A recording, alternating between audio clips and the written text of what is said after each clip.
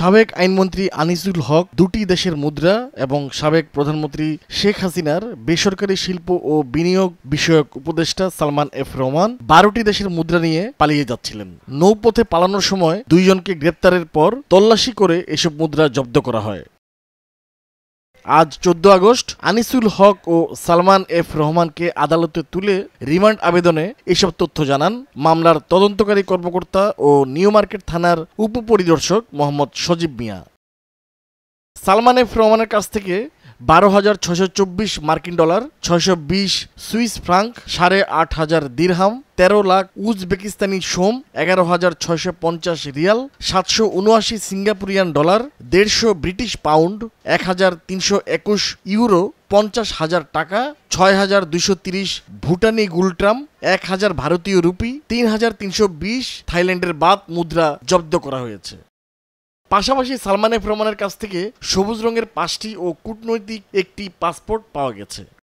আনিসুল হকের কাছ থেকে 17,512 মার্কিন ডলার, 726 সিঙ্গাপুরিয়ান ডলার এবং 3টি কূটনৈতিক পাসপোর্ট পাওয়া গেছে।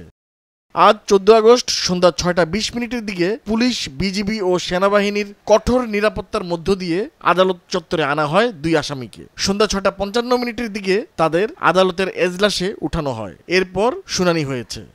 বৈষম্য বিরোধী ছাত্র আন্দোলন চলাকালে ঢাকার নিউ মার্কেট এলাকায় দোকান কর্মচারী শাহজাহান আলী হত্যা মামলার আসামি আনিসুল হক ও সালমান এফ রহমানের 10 দিনের রিমান্ড চেয়ে আবেদন করেন নিউ মার্কেট থানার উপপরিদর্শক মোহাম্মদ সজীব মিয়া।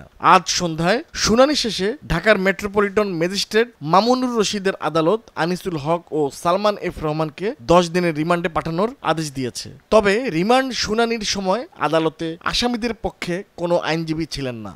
ঢাকা মহানগর পুলিশ জানায়, গতকাল 13 আগস্ট নৌপথে পালানোর সময় রাজধানীর সদরঘাট এলাকা থেকে গোপন তথ্যের ভিত্তিতে আনিসুল হক ও সালমান এফ রহমানকে গ্রেপ্তার করা হয়।